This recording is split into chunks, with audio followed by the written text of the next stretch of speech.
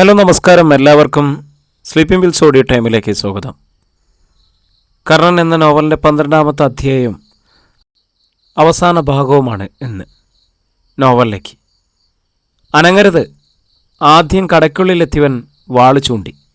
രണ്ടുപേരുടെയും മുഖങ്ങൾ കണ്ണിന് താഴെ വെച്ച് കർച്ചീഫ് കൊണ്ട് ചുറ്റിക്കെട്ടിയിരുന്നു. 4 പേരും അകത്തെത്തിയതോടെ ഒരാൾ അകത്തു നിന്നും കടയുടെ ഷട്ടർ വലിച്ചു താഴ്ത്തി. അധ്യായം 26. കൂറ്റേരി മുരുകൻ കസേരയിൽ ഇരുന്നു കൊണ്ട് കണ്ണിമയ്ക്കാതെ മുന്നിൽ നിൽക്കുന്നവരെ നോക്കി. നിങ്ങൾ എന്നെ തേടി വന്നതാണെന്ന് എനിക്ക് ഉറപ്പിക്കാമല്ലോ അല്ലേ? ആദ്യത്തെ അമ്പരപ്പിൽ നിന്നും മോചിതനായ മുരുകൻ മെല്ലെ ചിരിച്ചു. അതെ അതെ, മുന്നിൽ നിന്നിരുന്നവരുടെ നേതാവെന്ന് തോന്നിക്കുന്നയാൾ പ്രതിവചിച്ചു. കൊള്ളാം. നിന്റെ ദുർബലമായ കൈകളിലേക്ക് ചോര പുരണ്ട ഒരു കൊടുവാള് ആദ്യമായി പിടിപ്പിച്ചു തന്നത് ഞാനാണെന്ന് നീ മറന്നുപോയോ കൃഷ്ണ? മുഖത്തിൻ്റെ 3/4 ഭാഗവും മറച്ചിരിക്കുകയായിരുന്നെങ്കിലും അപ്രതീക്ഷിതമായ ആ ചോദ്യം കേട്ട് മുന്നിൽ നിൽക്കുന്നവൻ്റെ കണ്ണുകളിലെ പതർച്ച മുരുകൻ നോക്കിക്കണ്ടു. അവൻ തുടർന്നു. പച്ച ചോരയുടെ ഗന്ധമടിച്ച് നീ ഛർദ്ദിച്ചത് ഇപ്പോഴും ഞാൻ ഓർക്കുന്നുണ്ട്. അങ്ങനെയുള്ള നീ ഇപ്പോൾ എൻ്റെ മുന്നിൽ ഇങ്ങനെ ആയുധം ചൂണ്ടി നിൽക്കുന്നത് ഞാൻ നിനക്ക് തന്ന ഊർജം കൊണ്ട് മാത്രമാണ്. അല്ലെങ്കിൽ പറയ്. കൃഷ്ണന് പറയാൻ മറുപടി വാക്കുകൾ കിട്ടിയില്ല. അവൻ ഒപ്പം നിൽക്കുന്നവരെ നോക്കി. അവരും ആകെ സ്തംഭിച്ചുപോയ മട്ടിലാണ്. വാളുകൾ പിടിച്ചിരുന്ന കൈകൾ ഒന്ന് ഉയർത്താൻ പോലും കഴിയാത്തതുപോലെ. പുറത്തുനിന്നും ആരൊക്കെയോ വലിച്ചു താഴ്ത്തിയ ഷട്ടറിൽ ആഞ്ഞടിച്ചു തുടങ്ങി. മുരുകൻ ഒരു മാത്രം അത് ശ്രദ്ധിച്ചു. പിന്നെ പറഞ്ഞു, കവചം പോലെ എന്നെ മുന്നിൽ നിർത്തിയിരുന്ന തമ്പിസാറിനും മറ്റും കൈകൾ പോയതോടുകൂടി എന്നെ വേണ്ടാതായി. ആ സ്ഥാനത്ത് നിന്നെ അവരോധിച്ചപ്പോൾ കൃഷ്ണ, കൂറ്റേരി മുഴുവൻ കാൽ കീഴിലാണെന്ന് നീ കരുതുന്നുണ്ടാവും. പക്ഷേ ഒരവയവത്തിന് ഭംഗമുണ്ടായാൽ എൻ്റെ അവസ്ഥ തന്നെ നിനക്കും. നീ ഇപ്പോൾ എൻ്റെ മുന്നിൽ വന്ന് നിൽക്കുന്നത് പോലും ആ നിൽക്കുന്നവരിൽ ആരെങ്കിലും നിന്നെയും കൊല്ലാനെത്തും. ആ വാചകം കുപ്പിച്ചില്ലുകളായിട്ട് നെഞ്ചിൽ തറഞ്ഞിറങ്ങിയതുപോലെ കൃഷ്ണനൊന്ന് പൊളഞ്ഞു. അത് ശ്രദ്ധിക്കാതെ മുരുകൻ പിന്നെയും പറഞ്ഞു, കൈകളില്ലെങ്കിലും മുരുകൻ പ്രബലനാണെന്നെങ്കിലും അറിയാം. നിന്നെയൊക്കെ ഇങ്ങോട്ട് അയച്ചവർക്ക് നിൻ്റെയൊക്കെ ആശ്വാസവും അതുതന്നെയായിരുന്നു. ഞാൻ ആയുധമെടുത്ത് പോരാടില്ലെന്ന് അല്ലേ? അവൻ 4 മുഖങ്ങളിലേക്കും തോക്കിൻ കുഴലിലൂടെ എന്നവണ്ണം നോക്കി. അവരുടെ നെറ്റിയിൽ വേർപ്പ് പൊടിഞ്ഞു. നിങ്ങൾ കൂടുതൽ സംസാരിക്കണ്ട. വല്ലവിധേനയും വാളുയർത്തി മുരുകൻ്റെ നേരെ കണ്ണുയർത്തി കൃഷ്ണൻ നാവനക്കി. ഒപ്പം അവൻ മുഖത്ത് കർച്ചീഫ് വലിച്ചു മാറ്റി. പ്രസ്ഥാനത്തിനെതിരെ പ്രവർത്തിക്കുന്നവർക്ക് നിങ്ങൾ ഒരിക്കൽ പോലും മാപ്പ് കൊടുത്തിട്ടില്ല, ഉണ്ടോ? ഇല്ല, മുരുകൻ സമ്മതിച്ചു. പക്ഷെ ഞാൻ പ്രവർത്തിക്കുന്ന പ്രസ്ഥാനത്തിനെതിരെയല്ല. വൈകിയുണ്ടായ തിരിച്ചറിവാണെങ്കിലും രക്തമൊഴുക്കിയിട്ടുള്ള പ്രവർത്തനം വേണ്ട എന്നതിന് മാത്രമാണ്. കൃഷ്ണൻ പുച്ഛിച്ച് ചിരിച്ചു. മുരുകൻ അത് അവഗണിച്ചു. ഞാൻ പറയുന്നതിൽ കാര്യമുണ്ടോ എന്ന് നീ നിൻ്റെ അമ്മയോടൊന്ന് ചോദിച്ചു നോക്ക്. കുറേ ശവങ്ങൾ വീഴ്ത്തിയത് കൊണ്ട് നിനക്ക് എന്ത് കിട്ടുമെന്ന് പറയും. പിന്നെ SPM-കാർ അല്ലെങ്കിൽ കൂടെ നിൽക്കുന്നവരെ കൊന്നാൽ നിന്റെ അമ്മയുടെ ചിതയിൽ ഒരു കൊള്ളി വെക്കാൻ മറ്റാരുണ്ട്? അതൊക്കെ അപ്പോഴത്തെ കാര്യമില്ലേ? അതൊക്കെ അങ്ങ് നടന്നോളും. കൃഷ്ണൻ്റെ മുഖം കല്ലിച്ചു. ഷട്ടറിൽ കൂടുതൽ ആളുകൾ ഇടിച്ചു തുടങ്ങി. എന്തൊക്കെയോ വിളിച്ചു പറയുന്നുണ്ട്. ഒന്നും വ്യക്തമായില്ല. കൂടുതൽ സമയം കളയുന്നത് അപകടമാണെന്ന് കൃഷ്ണൻ മനസ്സിലാക്കിയിട്ടുണ്ട്. ഒരുപക്ഷെ ആരെങ്കിലും പോലീസിന് ഫോൺ ചെയ്തിട്ടുണ്ടാവും. മുരുകൻ കൂടുതൽ സംസാരിക്കണ്ട. ലക്ഷ്യമിട്ട് വന്നത് നടത്തിയിട്ട് ഞങ്ങൾ മടങ്ങും. കൃഷ്ണൻ അലറിക്കൊണ്ട് ഒപ്പമുണ്ടായിരുന്നവരെ നോക്കി. തീർത്തേറി ഇയാളെ. 4 പേരും ഒന്നിച്ച് മുന്നോട്ട് കുതിച്ചു. നിർത്ത്, ഇതൊന്ന് കണ്ടിട്ട്. മുരുകൻ മേശക്കടയിലേക്ക് മുറുക്കൈ ചൂണ്ടി. അവരവിടേക്ക് നോക്കി. ആ കെട്ടിടം സിരസിലേക്ക് ഇടിഞ്ഞു വീഴും പോലെ ഒരു ഞെട്ടൽ. മേശക്കടയിലെ ഒരു പ്ലാസ്റ്റിക് കവർ, അതിനുള്ളിൽ ബോംബുകൾ ഇരിക്കുന്നത് അവർ കണ്ടു. മുന്നോട്ട് വെച്ച കാലുകൾ അവർ പിൻവലിച്ചു. ഉന്മാദം പിടിപെട്ടതുപോലെ മുരുകൻ ഉറക്കെ വിളിച്ചു, എന്നെ കൊല്ലാൻ വന്നതല്ലേ നിങ്ങൾ? വാടാ, വാ, വന്ന് കൊന്നിട്ട് പോ. പക്ഷെ ഒറ്റയ്ക്ക് ഞാൻ അങ്ങേ ലോകത്തേക്ക് പോകത്തില്ല. നിങ്ങൾ 4 പേരും കൂടും എൻ്റെ കൂടെ. മുരുകൻ കസേരയിൽ പിന്നോട്ടാഞ്ഞ് കാലുയർത്തി. ഞാനൊന്ന് അമർത്തി ചവിട്ടിയാൽ ഈ കെട്ടിടവും ഞാനും നിങ്ങളും ഒന്നിച്ചു തീരും. എന്താ ചവിട്ടണോ? നിങ്ങൾക്ക് ഒന്നിച്ചതാവടാ. കൃഷ്ണനും കൂട്ടരും പകച്ചു നിന്നു. ഇങ്ങനെ ഒരു അപകടം അവർ സ്വപ്നമൊപ്പി ചിന്തിച്ചിരുന്നില്ല. മുരുകന് വീര്യമേറി. വാടാ, ജീവിച്ച് കൊതി തീർന്നിട്ടുണ്ടെങ്കിൽ വാ. അയാൾ മുറുക്കൈകൾ മേശയിൽ കുത്തി എഴുന്നേറ്റു. കാലുകൊണ്ട് കസേര പിന്നോട്ട് തള്ളി മാറ്റി. അപ്പോൾ നമ്മൾ ഒന്നിച്ച് പോകുന്നു. അവൻ പ്ലാസ്റ്റിക് കവറിൽ ആഞ്ഞു ചവിട്ടാൻ ഭാവിച്ചു. വേണ്ട മുരുകണ്ണ, നിലവിളിച്ചു പോയി കൃഷ്ണൻ. ഞൊടിയിടയിൽ അവൻ ഷട്ടറിൻ്റെ ലോക്ക് തട്ടിമാറ്റി. അത് വലിച്ചു വരുത്തി. പുറത്ത് പാനൂർ ചന്തയിലെ കച്ചവടക്കാരിൽ വലിയൊരു ഭാഗമുണ്ടായിരുന്നു. മാറി നിൽക്കാൻ! കൃഷ്ണനും സംഘവും ആയുധം ചുഴറ്റി. ആളുകൾ അകന്നു മാറി. അവർ ജീപ്പിന് നേരെ കുതിച്ചു. സെക്കൻഡുകൾക്കുള്ളിൽ ഒരു വെടിയുണ്ടയുടെ വേഗത്തിൽ ജീപ്പ് പാഞ്ഞകന്നു. കച്ചവടക്കാർ അമ്പരപ്പോടെ മുരുകനെ നോക്കി നിന്നു. അവൻ്റെ കടയിൽ നിന്നിരുന്ന പയ്യൻ പൊട്ടിക്കരഞ്ഞു. പോട്ടടാ, മുരുകൻ അവനെ ആശ്വസിപ്പിച്ചു. കൂറ്റേരിക്കുന്നിൽ കാത്തിരിക്കായിരുന്നു തമ്പിസാറും എസ് ഐ ഗോപിദാസും. കൃഷ്ണനും സംഘവും കുന്നുകയറി വന്നപ്പോൾ തമ്പിസാർ ആവേശത്തോടെ തിരക്കി. കാര്യം നടന്നുവല്ലേ കൃഷ്ണ? ഒന്ന് വിസ്തരിച്ച് പറ, കേൾക്കട്ടെ. കൃഷ്ണൻ തലകുനിച്ചു. തമ്പിസാർ സംശയത്തോടെ അവനെ നോക്കി. എന്താടാ? കൃഷ്ണൻ മടിച്ച് സംഭവം പറഞ്ഞു. ഭൂ! മുഖമടച്ച് ഒരടിയായിരുന്നു തമ്പിസാറ്. ചാകാനാണ് വിധിയെങ്കിൽ അങ്ങനെ സമാധാനിക്കണമായിരുന്നടാ. അതിന് പകരം തോറ്റോടി വന്നിരിക്കുന്നു ശവങ്ങൾ. നമുക്ക് പ്രസ്ഥാനമാണ് വലുത്, വ്യക്തികളല്ല. നേക്കത് മറന്നു. അയാൾ ചീറി. ആരും മിണ്ടിയില്ല. കൃഷ്ണൻ കവിള് തടവി.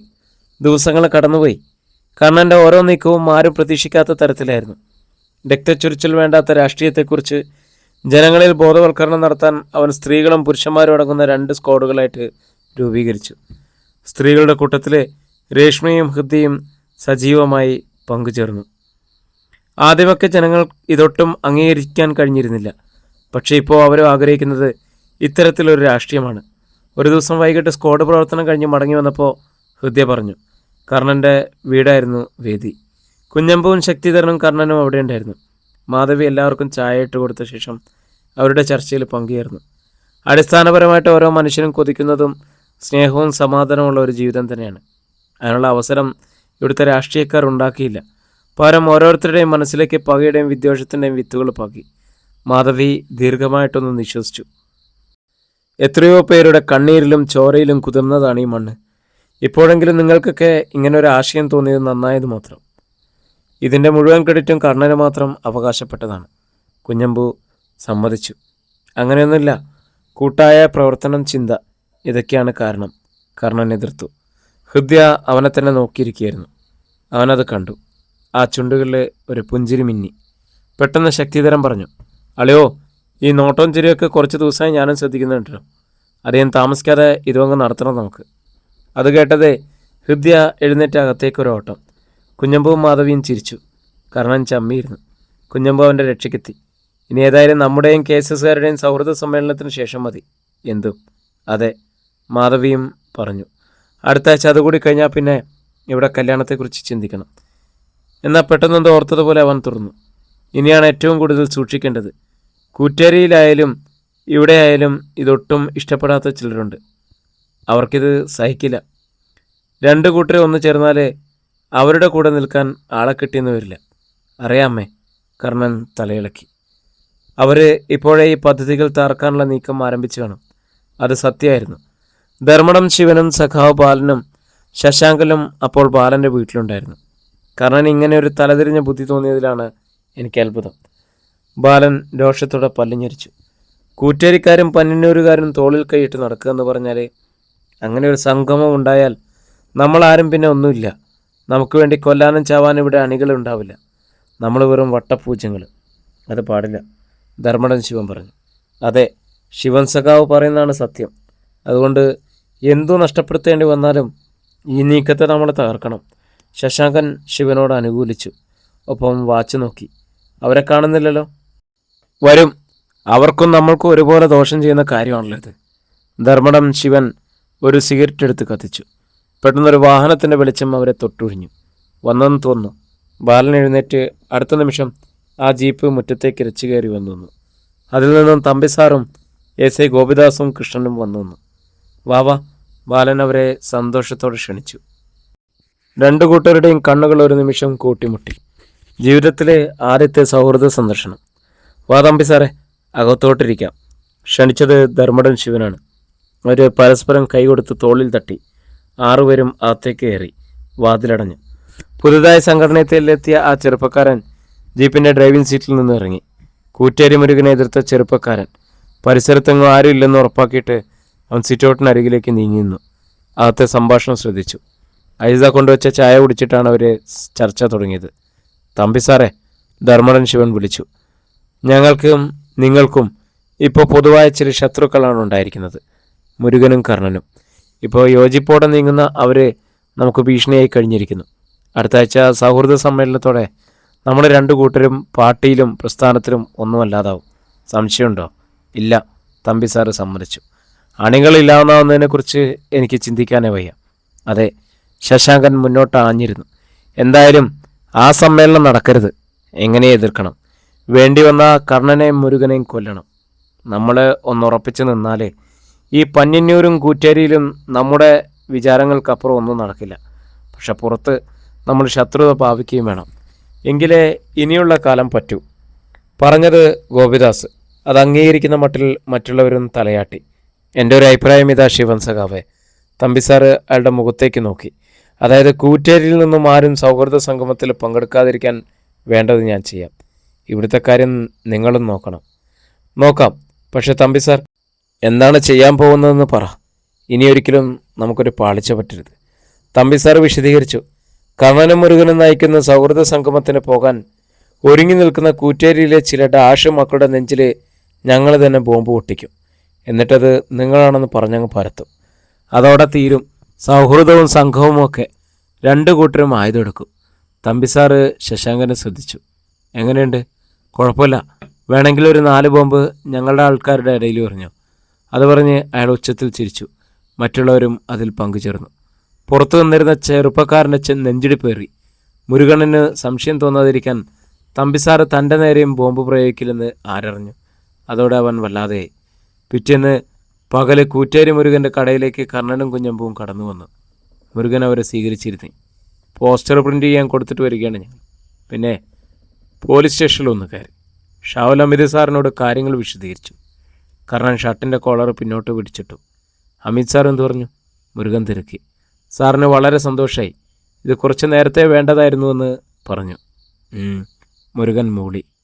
ബാക്കി പരിപാടികളെക്കുറിച്ച് കർണൻ തീരുമാനിച്ചോ? ഒരേകദേശ രൂപം. നിന്റെ അഭിപ്രായം കൂടി അറിഞ്ഞിട്ട് ഉറപ്പിക്കാമെന്ന് വെച്ചു. ബാക്കി വിശദീകരിച്ചത് കുഞ്ഞമ്പുവാണ്. നമ്മൾ രണ്ടു കൂട്ടരും ഏറ്റവും അധികം ഏറ്റുമുട്ടിയിട്ടുള്ള സ്ഥലമാണ് ഈ പാനൂര്. സ്നേഹസംഗമം ഇവിടെ തന്നെയല്ലേ നല്ലത്? മുരുകനും ആൾക്കാരും കൂറ്റേരിയിൽ വന്നെന്നും നിങ്ങൾ പന്ന്യന്നൂരിൽ നിന്നും ജാഥയായിട്ട് ഇവിടേക്ക് വരുന്നു. ഇവിടെ വെച്ച് നമ്മൾ ഒന്നാകുന്നു. മതി, ഇങ്ങനെ തന്നെ മതി. മുരുകനും സമ്മതിച്ചു. കുറച്ചു നേരം കൂടി അവിടെ ഇരുന്നിട്ട് കർണനും കുഞ്ഞമ്പും പോയി. 4 മണി. മുരുകണ്ണ, ഒരു വിളിയച്ച കേട്ടു. കസേരയിൽ ചാരിയിരുന്ന് മയങ്ങുകയായിരുന്നു മുരുകൻ. കണ്ണുകൾ തുറന്നു. മുന്നിൽ നിൽക്കുന്ന ആളെ കണ്ടപ്പോൾ അവൻ്റെ പുരുകൻ ചുളിഞ്ഞു. ആ ചെറുപ്പക്കാരൻ സംഘടനയിലെ പുതിയ മെമ്പറാണ്. എന്തു വേണം? തീരെ തൃപ്തിയില്ലായിരുന്നു മുരുകൻ്റെ ശബ്ദത്തിൽ. ചെറുപ്പക്കാരൻ ചുറ്റും ശ്രദ്ധിച്ചു. പിന്നെ ശബ്ദം താഴ്ത്തി.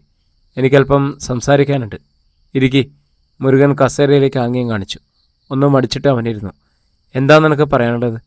ഇന്നലെ തമ്പി സാറും ഗോപിദാസ് സാറും കൃഷ്ണനും കൂടി സഖാവ് ബാലൻ്റെ വീട്ടിൽ പോയിരുന്നു. ഞാനാണ് ജീപ്പ് ഓടിച്ചത്. ബാലൻ സഖാവിൻ്റെ വീട്ടിലോ? മുരുകൻ്റെ കണ്ണുകളും ഇഴിഞ്ഞു. അതെ. തുറന്ന് അവിടെ നടന്ന സംഭാഷണങ്ങൾ അത്രയും പറഞ്ഞു. മുരുകന് സ്തബ്ധനായി. അവൻ അപ്പോൾ പൊതുശത്രുവിനെ നേരിടാൻ നിത്യശത്രുക്കളൊന്നായിരിക്കണം. സൂക്ഷിക്കണം. അവൻ്റെ കടപ്പലുകൾ ഞെരിഞ്ഞു. ഒരു വിധത്തിലും നാട് നന്നാവാൻ ഇവനൊന്നും സമ്മതിക്കത്തില്ലല്ലോ. മുരുകണ്ണ, ചെറുപ്പക്കാരൻ ശബ്ദം അവനെ വീണ്ടും ഉയർത്തി. ഞാനെന്ത് വേണം? ഞാൻ തന്നെ പരിഹാരം കണ്ട ഒരു പ്രശ്നമാണിത്, അവൻ പറഞ്ഞു. പരിഹാരം ഞാൻ കാണുക തന്നെ ചെയ്യും. നിൻ്റെ പേരെന്താ? സുദർശൻ. സുദർശനാ? ഞാൻ പറയുന്ന സമയത്ത് നീ തമ്പിസാറിനെയും മറ്റും കൂറ്റേരിക്കുന്നതിന് മുകളിലെത്തിക്കണം. പരിഹാരം അവിടെ വെച്ച്. എന്താ, സമ്മതമാണോ? സമ്മതം. അവനും രണ്ടാമത് ചിന്തിക്കാനില്ലായിരുന്നു. അവരുടെ നീചകൃത്യങ്ങൾക്ക് ഞാൻ കൂട്ടുനിൽക്കത്തില്ല മുരുകണ്ണ. നല്ലത്. നീയും ചിന്തിക്കാൻ തുടങ്ങിയിരിക്കുന്നു. ചെയ്യേണ്ടതെങ്ങനെയെന്ന് ഞാൻ പറയാം. മുരുകൻ ശബ്ദം താഴ്ത്തി. അവന് നിർദ്ദേശങ്ങൾ നൽകി. 2 ദിവസം കൂടി കഴിഞ്ഞു. പാനൂരും പരിസര പ്രദേശങ്ങളിലെല്ലാം പോസ്റ്ററുകൾ നിറഞ്ഞു. സൗഹൃദ സംഗമം വാർത്തയുടെ പത്രങ്ങളിലും TV ചാനലുകളും വന്നു. ഒപ്പം കർണൻ്റെയും കൂറ്റേരി മുരുകൻ്റെയും പത്രസമ്മേളനം. ഇനിയെങ്കിലും ആയുധം ഉപേക്ഷിക്കണമെന്നുള്ള തിരിച്ചറിവുകൾ. പത്രസമ്മേളനം കഴിഞ്ഞ് മടങ്ങുന്നതിനിടയിൽ കർണൻ്റെ സെൽഫോൺ ശബ്ദിച്ചു. അവനത് എടുത്ത് നമ്പർ നോക്കി. സഖാവ് ധർമ്മടൻ ശിവൻ. കരുതലോടെ കർണൻ ഫോൺ അറ്റൻഡ് ചെയ്തു. പറയൂ സഖാവേ, നീ ഇത് എന്തു ഭാവിച്ചാടാ? അലറും പോലെ ശിവൻ തിരക്കി. ഏത്? ഒന്നും അറിയാത്ത പോലെ കർണൻ ചോദിച്ചു. നിന്റെ സൗഹൃദ സംഗമം. അത് നല്ലതല്ല സഖാവേ. രാഷ്ട്രീയവും സംഘടനയും എന്തുമാകട്ടെ, ഒരു നാട്ടിലെ ജനങ്ങളെ ഒന്നിച്ചങ്ങ് നിൽക്കുകയല്ലേ വേണ്ടത്. അങ്ങനെ നിൽക്കുമെന്ന് നിനക്ക് തോന്നുന്നുണ്ടോ? ഉവ്. അപ്പുറത്തു നിന്നും ധർമ്മടൻ ശിവന്റെ ചിരി ഒഴുകിയെത്തി. ആരെയും തോൽപ്പിക്കാനല്ല സഖാവേ, വരും തലമുറയെങ്കിലും സ്വസ്ഥമായിട്ട് ജീവിക്കാൻ. ഫൂ. കാറി തുപ്പിക്കൊണ്ട് ശിവൻ ഫോൺ കട്ട് ചെയ്തു. കർണൻ ചിരിച്ചു. അങ്ങനെ ആ ദിവസം അടുത്തു. കേരളം മുഴുവൻ ഉറ്റുനോക്കിക്കൊണ്ടിരുന്ന സൗഹൃദ സംഗമം നാളെയാണ്. പാനൂരിൽ വേദി തയ്യാറായി കഴിഞ്ഞു. രാത്രി തമ്പിസാറിൻ്റെ വീട്. ഇന്നത് നടക്കണം. തമ്പിസാറ് കൃഷ്ണനോട് പറഞ്ഞു. കൂറ്റേരി നടുങ്ങണം, ചോരയൊഴുകണം. അതോടെ ഓൻ്റെയൊക്കെ സൗഹൃദം തീരും. ഗോപികൃഷ്ണൻ എന്തിനും ഒരുക്കായിരുന്നു. ഗോപിദാസും ഉണ്ടായിരുന്നു അവിടെ. ആരൊക്കെ തീർക്കണം നമ്മുടെ ഭാഗത്ത്? കൃഷ്ണൻ ചോദിച്ച നിമിഷത്തിൽ സുദർശൻ അവിടെ ഓടിയെത്തി. അവനെ കണ്ടതേ തമ്പിസാർ വിളറിപ്പോയി. അവൻ്റെ പേര് പറയാൻ ഭാവിക്കുകയായിരുന്നു അയാൾ. എന്താടാ? കൃഷ്ണൻ അവനെ സൂക്ഷിച്ചു നോക്കി. മുരുകണ്ണൻ അവൻ നിന്ന് കിതച്ചു. പറയടാ, ഓനെന്തിയെ? തമ്പിസാറ് ശബ്ദമുയർത്തി. കൂറ്റേരിക്കുന്നിൽ വന്നു. ഞാൻ മുരുകണ്ണനെ ചാകുമെന്നത് ഓർത്തതല്ല. പക്ഷേ മൂവർ അമ്പരപ്പിൽ പരസ്പരം നോക്കി. പിന്നെ പെട്ടെന്ന് തമ്പിസാർ അവനെ കെട്ടിപ്പിടിച്ചു. നീ ആണടാ ആൺകുട്ടി. എന്തിയോ അവൻ്റെ ശവം? അവിടെ കുന്നിക്കിടപ്പുണ്ട്. ഗോപിദാസ, കൃഷ്ണ, നമുക്ക് അങ്ങോട്ട് പോകാം ഇപ്പോൾ തന്നെ, തമ്പിസാർ ആഹ്ലാദത്തോടെ വിളിച്ചു പറഞ്ഞു. അപ്പോൾ തന്നെ അവർ ജീപ്പിൽ കയറി കൂറ്റേരിക്കുന്നിലേക്ക് പുറപ്പെട്ടു. അധ്യായം 27. കൂറ്റേരിക്കുന്നിന് മീതെ വെള്ളി ഉരുക്കി ഒഴിച്ചതുപോലെ നിലാവ് പരന്നു കിടക്കുന്നു. തമ്പിസാറും ഗോപിദാസും കൃഷ്ണനും സുദർശന പിന്നാലെ അവിടെ എത്തിയപ്പോഴേക്കും വല്ലാതെ കിതച്ചു കഴിഞ്ഞു. കൂറ്റേരി മുരുകൻ ശവശരീരം കാണാനുള്ള ആവേശത്തിനിടയിൽ അവർ കയറ്റം കയറിയത് അറിഞ്ഞുകൂടിയതേയില്ലായിരുന്നു. ഇവിടെ എവിടെയാണ് അവൻ്റെ ശവം? ഒരു നിമിഷം നിന്നു തമ്പിസാറ്. പിന്നെ ശ്വാസം വലിച്ചു വിട്ട് ചുറ്റും നോക്കി. എന്താ അവിടെ? സുദർശൻ കുന്നിൻ്റെ വടക്കേ ചെരുവിലേക്ക് കൈ ചൂണ്ടി. മൂവരും തിടുക്കത്തിൽ മുന്നോട്ട് നീങ്ങുമ്പോൾ സുദർശൻ നടത്തത്തിൻ്റെ വേഗത കുറച്ച് അവർക്ക് പിന്നിലായി. പെട്ടെന്ന് ചെന്ന മൂവരും ആ കാഴ്ച കണ്ടു. ചെങ്കുത്തായ ഭാഗത്ത് തൊട്ടപ്പുറത്ത് പ്രപഞ്ചത്തിൻ്റെ വിളുമ്പത്ത് നിന്ന് തോന്നിക്കുന്ന ഒരു ഭാഗത്ത് ചെരിഞ്ഞ് ചോരയിൽ കുളിച്ചു കിടക്കുന്ന കൂറ്റേരി മുരുകൻ. ഛേ! കൃഷ്ണൻ തലവെട്ടിച്ചു. സുദർശന, എന്നാലും ഗുരുദക്ഷിണയ്ക്കായിട്ട് ഞാൻ മാറ്റിവെച്ചിരുന്ന മുരുകൻ്റെ പ്രാണൻ നീ എടുത്തത് ഒട്ടും ശരിയായില്ല കേട്ടോ. സുദർശൻ മിണ്ടിയില്ല. അപ്പോൾ തമ്പിസാറ് പറഞ്ഞു, എന്തായാലും ചെയ്തത് ഉപകാരപ്രദമായ ഒരു കാര്യമാണ്. അത് മാത്രം തൽക്കാലം കണക്കാക്കിയാൽ മതി. തമ്പിസാറ് കാറി തുപ്പി. കൂറ്റേരി മുരുകൻ പോലും കൈകളില്ലെങ്കിലും കാലുകൾ ആയുധമാക്കും എന്ന് വീമ്പിളക്കിയ ഡാഷുമാൻ. ഇക്കാലം അത്രയും നമ്മൾ ചോരയൊഴുക്കി നേടിയെടുത്തതെല്ലാം സംഘടന വീര്യം ഒറ്റ ദിവസം കൊണ്ട് സമാധാനത്തിൻ്റെ വെള്ളരിപ്രാവിന് ഇട്ടുകൊടുക്കാൻ ശ്രമിച്ച ദ്രോഹി. എന്നെ പോലീസ് പിടിക്കുമോ തമ്പിസാറെ? അറച്ചറച്ച് സുദർശൻ ചോദിച്ചു. നിന്നെയോ? തമ്പിസാറ് തിരിഞ്ഞു. അവൻ്റെ തോളിൽ കൈവച്ചു. സംഘടനയ്ക്ക് വേണ്ടി മഹത്തരമായ ഈ കർമ്മം ചെയ്തവനെ ഞാൻ വിട്ടുകളയോടാ. മുരുകൻ്റെ ശവം പോലും ഈ കൊക്കയിൽ നിന്നും ആരും കണ്ടെടുക്കില്ല. നീ ഇവിടെ ഒഴുകിപ്പടർന്ന ചോര പോലും നമ്മൾ കഴുകിക്കളയും. തമ്പിസാറ് കൃഷ്ണൻ്റെ നേരെ നോക്കി. വാടാ, ഈ ശവം അപ്പുറത്തേക്ക് തള്ളിയേക്കാം. കൃഷ്ണനും ഗോപിദാസും മുന്നോട്ട് ചെന്നു. പാറയുടെ വിളിമ്പിൽ നിന്നും താഴേക്ക് നോക്കി. കൊക്കയിൽ നിൽക്കുന്ന വൃക്ഷങ്ങൾ കാക്കത്തണ്ടുകൾ പോലെ തോന്നിപ്പിച്ചു. പിടിക്ക്. തമ്പിസാറ് മുരുകൻ്റെ കാൽക്കലും ഗോപിദാസ് ശിരസിലും കൃഷ്ണൻ ഇടഭാഗത്തും പിടിക്കാനായി കുനിഞ്ഞു. സുദർശനെ നെഞ്ചിടിപ്പേറി. അടുത്ത നിമിഷം മുറിവേറ്റ വന്യമൃഗത്തെ പോലെ ഒരർച്ച. അത് കുഞ്ഞിൻ്റെ താഴ്വാരകളെപ്പോലും പിടിച്ചുലക്കി. മുരുകനെ പിടിക്കാനാഞ്ഞവർ ഞെട്ടലോടെ നിവർന്നു. ഞൊടിയിടയിൽ മുരുകൻ്റെ ശരീരം മലർന്നു വീണു വളഞ്ഞു. കാലുകൾ തറയിൽ കുത്തിയ ആ ശരീരം നിവർന്നു. അതിനിടെ ശക്തമായ ചവിട്ട അടിവയറ്റിൽ അമർത്തിപ്പിടിച്ചുകൊണ്ട് തമ്പിസാറ് പിന്നോട്ട് വെച്ചു. കടവാവൽ ചിറകടിക്കും പോലെ മുരുകൻ്റെ ജുബ്ബം വട്ടം ചുറ്റി. എൻ്റെ ശവം കൊക്കയിലേക്ക് എറിയാൻ നിനക്കൊക്കെ തിടുക്കായി അല്ലടാ, അവൻ ഗർജിച്ചുകൊണ്ട് കൈകൾ വീശി. തറയിൽ കിടക്കുന്ന തമ്പിസാറും പതറി നിൽക്കുന്ന കൃഷ്ണനും ഗോപിദാസും നടുക്കത്തോടെ ആ കാഴ്ച കണ്ടു. കൈകൾ മുറിഞ്ഞുപോയ മുരുകനിപ്പോൾ കൈകൾ രണ്ടുമുണ്ട്. അവയിൽ 2 ചെറിയ കോടാലികൾ. അവയുടെ വായ്ത്തലം നിലാവെളിച്ചത്തിൽ വെള്ളി പോലെ വെട്ടിത്തിളങ്ങി. മുരുക, തമ്പിസാർ എന്തോ പറയാനാഞ്ഞു. മിണ്ടിപ്പോകരുത്. ജീവന് വേണ്ടി യാചിക്കപ്പെട്ട് അവൻ ഒറ്റക്കുതിപ്പിന് തമ്പിസാറിൻ്റെ നെഞ്ചിൽ വലതുകാൽ ആഞ്ഞു ചവിട്ടി. ആ തമ്പിസാറ് വായ തുറന്നുപോയി. കൂറ്റേരി മുരുകൻ ജീവിതത്തിൽ അവസാനത്തെ കൊലപാതകങ്ങൾ നടത്താൻ പോവുകയാണ്. ഈ ഗ്രാമത്തെ രക്ഷിക്കാൻ, വരും തലമുറകളെ രക്ഷിക്കാൻ അവൻ അയാളുടെ കഴുത്തിന് നേർക്ക് കോടാലി ചൂണ്ടി. മുരുക വേണ്ട, ഗോപിദാസ് പിന്നിൽ നിന്നും വിളിച്ചു പറഞ്ഞു. ചെറ്റേ, മുരുകൻ്റെ ശിരസ് മാത്രം വെട്ടിത്തിരിച്ച് ഭയത്തോടെ യാചിക്കുകയാണ് ഞാൻ. ചെയ്യരുത്. ഗോപിദാസ് വായടച്ചു. പിന്നെ മുരുകൻ കൃഷ്ണനെ നോക്കി. അവനാകെ ഭയന്നിരിക്കുകയാണെന്ന് അയാൾക്ക് മനസ്സിലായി. തമ്പിസാറ് ഒന്ന് എഴുന്നേറ്റേ. മുരുകൻ അയാളുടെ കഴുത്തിൽ നിന്നും കോടാലി മുട്ടിച്ചുകൊണ്ട് കൽപ്പിച്ചു. കൃഷ്ണനോ ഗോപിദാസോ നിങ്ങളെ സഹായിക്കുമെന്ന് കരുതണ്ട. മുരുകൻ കാലും മാറ്റി. തമ്പിസാറ് പെട്ടെന്ന് തെന്നിമാറാൻ ഒരു ശ്രമം നടത്തി. പക്ഷെ ആ സെക്കൻഡിൽ മുരുകൻ അയാളെ ചവിട്ടിക്കൊണ്ട് കോടാലി വീശി. പകുതിയിൽ ഒരാർത്തനാദം മുറിഞ്ഞു. തമ്പിസാറിൻ്റെ ഉടല്, അതിൽ നിന്നും മുറിഞ്ഞു മാറിയ ശിരസും കുറ്റിച്ചെടികൾക്കിടയിൽ തന്നെ കുറച്ചപ്പുറത്തേക്ക് മുറിയുന്നതും മറയുന്നതും മിന്നൽ പോലെ കൃഷ്ണനും ഗോപിദാസും കണ്ടു. കൃഷ്ണനെ ഞൊടിയിടയിൽ ആയുധങ്ങൾ ഒളിപ്പിച്ചു വെച്ചിരുന്ന ഭാഗത്തേക്ക് കുതിക്കാനാഞ്ഞു. എന്നാ സുദർശൻ ഒരു വാളെടുത്ത് ചൂണ്ടി. വേണ്ട കൃഷ്ണേട്ടാ. അപ്പോൾ നീയും? കൃഷ്ണൻ നടുങ്ങി. അതെ, മുരുകണൻ്റെ പക്ഷത്താണ് ഞാനിപ്പോൾ, ജനനന്മയുടെ ഭാഗത്ത്. മുരുകൻ വലങ്കയിലിരുന്ന കോടാലി അപ്പോഴും ചോര ഇറ്റിറ്റു വീഴുന്നുണ്ടായിരുന്നു. ഇങ്ങോട്ട് നീങ്ങി നിൽക്ക്. മുരുകൻ കോടാലി ഓങ്ങി. കൃഷ്ണനും ഗോപിദാസും പാറത്തുമ്പിലേക്ക് നീങ്ങി നിന്നു. മുരുക, നമുക്കൊരു സന്ധ്യയായിക്കൂടെ?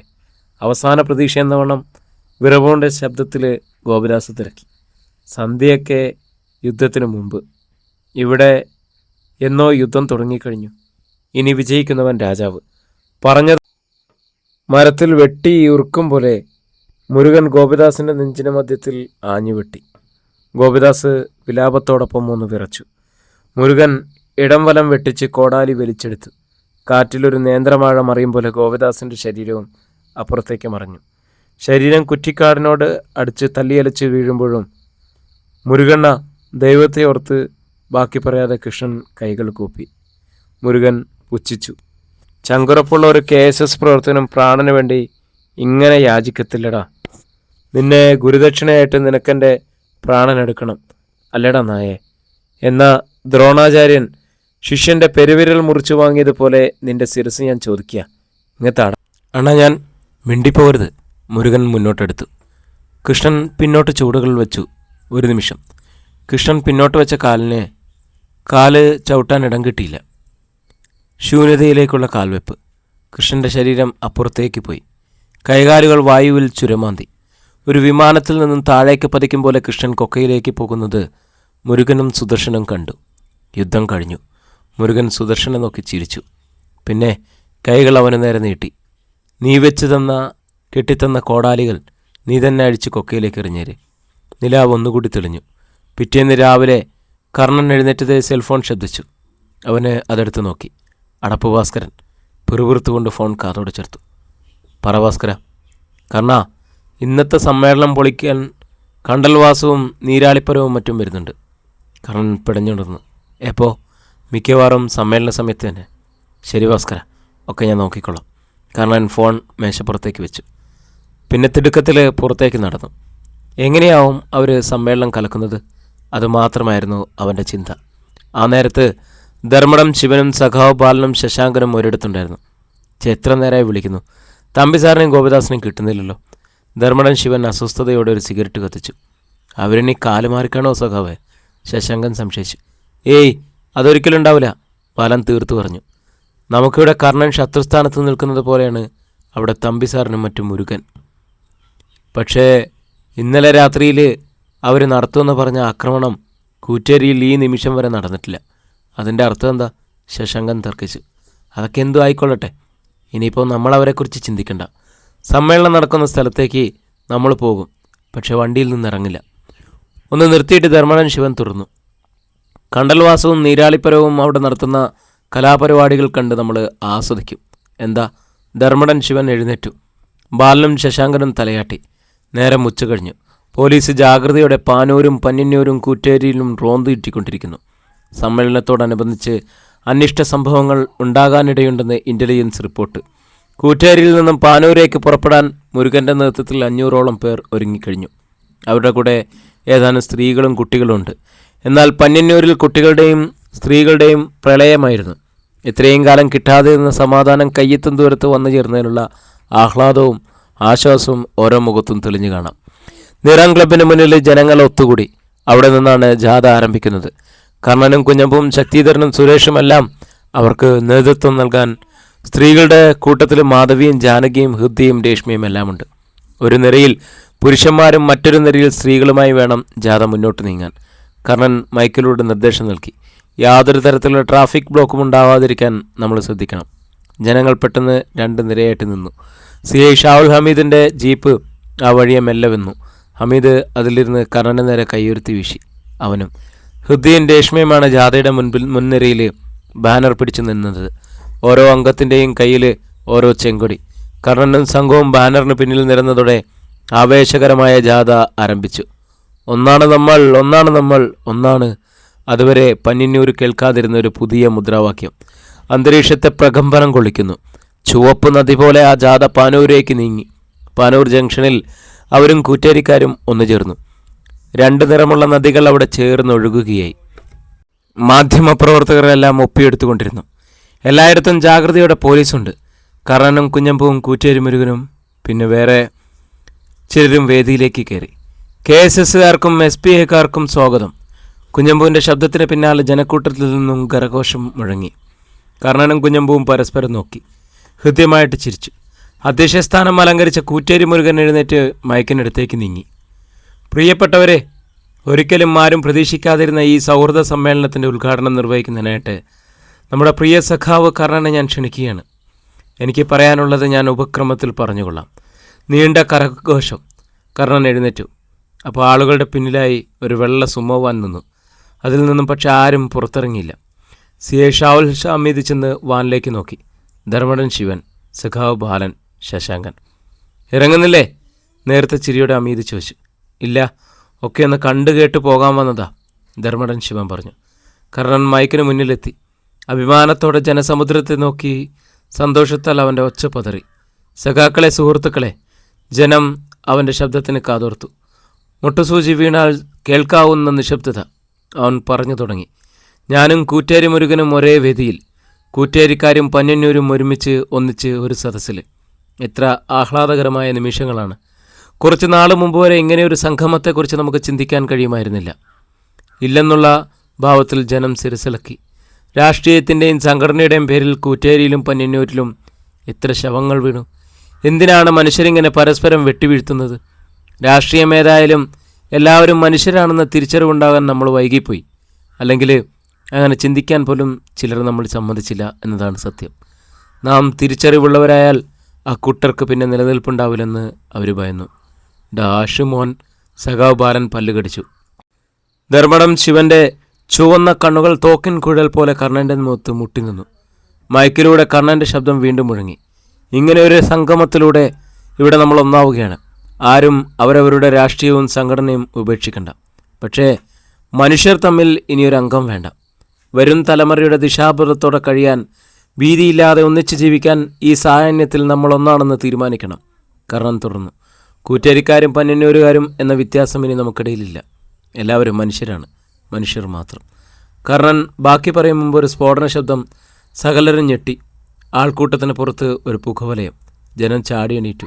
പോലീസുകാർ സ്ഫോടനം നടത്ത ഭാഗത്തേക്ക് ഓടി. ആരും പേടിക്കണ്ട, ഒന്നും സംഭവിക്കില്ല. നമ്മുടെ ഈ യോജിപ്പ് ഇഷ്ടമില്ലാത്ത ചിലരുടെ കളികളാണതൊക്കെ, കർണൻ വിളിച്ചു പറഞ്ഞു. പെട്ടെന്ന് അവൻ കണ്ടു. ആ പുകയിൽ നിന്നും ആയുധങ്ങളുമായി ജനങ്ങൾക്കിടയിലേക്ക് കുതിക്കുന്ന ചിലർ. കണ്ടൽവാസു, നീരാളിപ്പരര്, പിന്നെ വേറെയും ചിലർ. കൊല്ലുഞ്ഞാൻ. കണ്ടൽവാസു വാൾ ചുഴറ്റിക്കൊണ്ടല്ലറി. ജനം ചിതറി. ആർത്തനാദങ്ങൾ. ആ സംഘം വേദിക്ക് നേരെ പാഞ്ഞെടുക്കുകയാണ്. ശക്തിധരനും കണ്ടൽവാസവും കണ്ടു. അവൻ്റെ കണ്ണുകളിൽ 2 തീപ്പെട്ടുകൾ പാറി വീണു. തൻ്റെ അച്ഛനെ കൊന്നവൻ. അവൻ്റെ സിരകളിൽ ചോരയോട്ടത്തിന് വേഗതയേറി. എടാ! ശക്തിധരൻ മുന്നോട്ട് കുതിച്ചു. തൊട്ടു പിന്നാലെ സുരേഷും. ശക്തി! കർണൻ വിളിച്ചത് അവൻ കേട്ടില്ല.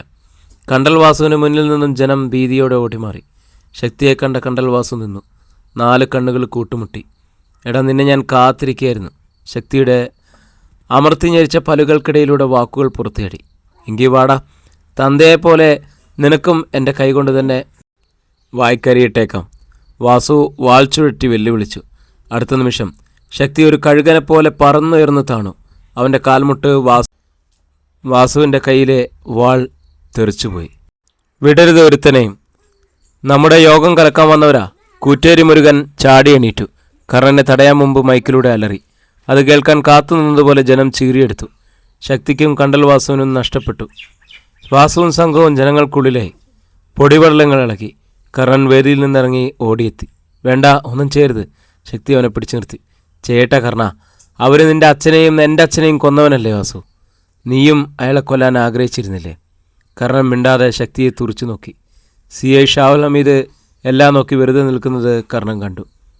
അവനെ നോക്കി അയാളൊന്ന് കണ്ണിറുക്കി. പൊടിപടലങ്ങൾ അടങ്ങി. അപ്പോൾ കർണനും മറ്റും കണ്ടു. ചിതറിക്കിടക്കുന്ന ആളുകൾക്ക് നടുവിൽ കീറത്തുണികളും ചോരയുമായി മണ്ണിൽ കുഴഞ്ഞ് കണ്ടൽവാസവും സംഘവും. വണ്ടിയെടുത്തോ, തിടുക്കത്തിൽ ധർമ്മടൻ ശിവൻ ഡ്രൈവറോട് പറഞ്ഞു. അയാൾ വണ്ടിയെടുക്കാൻ ഭാവിക്കുമ്പോൾ ഒരു ക്രച്ചസ് സുമയുടെ ഗ്ലാസ്സിൽ ആഞ്ഞു പതിച്ചു. ഗ്ലാസ് ചിതറിപ്പോയി. അതുവഴി അവർ കണ്ടു ക്രച്ചസ് വീണ്ടും ഓങ്ങി നിൽക്കുന്ന റഷീദ്. എടാ, ബാലൻ അലറി. അപ്പോഴേക്കും ജനങ്ങൾ ഓടിയെടുത്തു. ഒറ്റക്കാലിൽ നിൽക്കാൻ പാടുപെട്ടുകൊണ്ടുള്ള റഷീദ് സുമയിലേക്ക് ക്രച്ചസ് ചൂണ്ടി. വിടരുത് ഇവന്മാരെ, ഈ നാട്ടിലെ എല്ലാ കുഴപ്പങ്ങൾക്കും കാരണം ഇവന്മാരാണ്. ഞൊടിയിടയിൽ ജനം സുമോ തല്ലിത്തകർത്തു. ഡ്രൈവർ ഇറങ്ങി ഓടി.